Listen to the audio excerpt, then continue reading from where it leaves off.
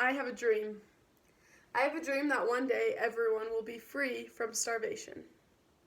I have traveled all over the world and I have seen the effects of starvation. We have all heard about people who live without food or clean water, and we have seen pictures of starving children. Some of us may personally know someone who is starving. We have fought for freedom in the past, but now we have another call we must fight for: global hunger. First, I will compare Martin Luther King's call to action with my call to action. I will then share some statistics about global hunger, and then I will share what our part in this global epidemic can be.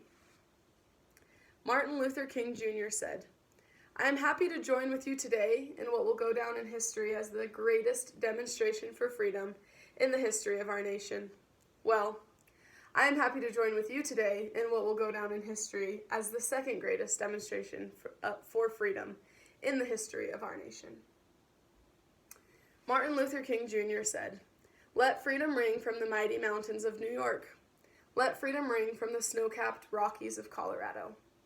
Well, I believe if we really are to love one another and have world peace, then freedom from starvation must become true.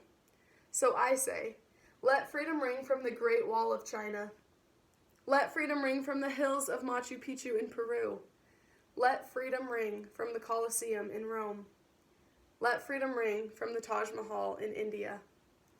Let freedom of starvation ring from the Serengeti in Africa. We will allow freedom to ring for all. Freedom from starvation. We will let it ring from Tonga to Tanzania, from Uganda to Uzbekistan, from Bahrain to Bolivia. Like Martin Luther King Jr. said, I believe we can speed up that day when all of God's children, black men and white men, Jews and Gentiles, Protestants and Catholics, will be able to join hands and sing, "Free at last, free at last. Great God Almighty, we are free at last." Is world hunger really a problem? I will share some statistics with you from the Borgen Project and from the Food Aid Foundation. Some 795 million people in the world do not have enough food to lead a healthy, active life. That's about 1 in every 9 people.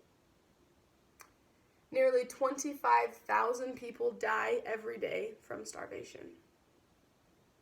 And 66 million primary school-age children attend classes hungry across the developing world, with 23 million in Africa alone. Poor nutrition causes nearly 45% of deaths in children under age 5. So what do we do now that we know all of this? I will share some ideas that I found from the Borgen Project. Our part in this global epidemic.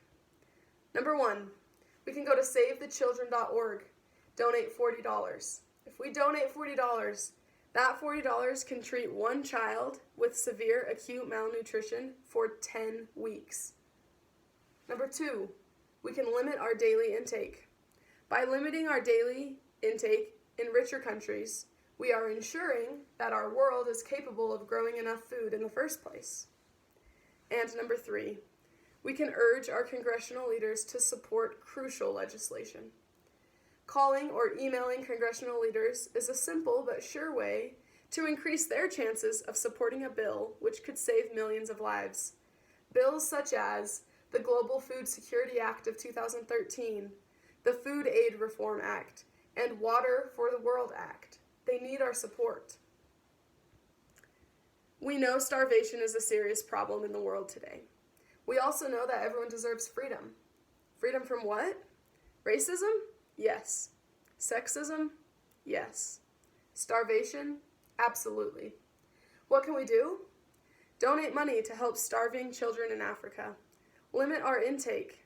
Stay involved in politics and support bills that will send aid to those who are starving.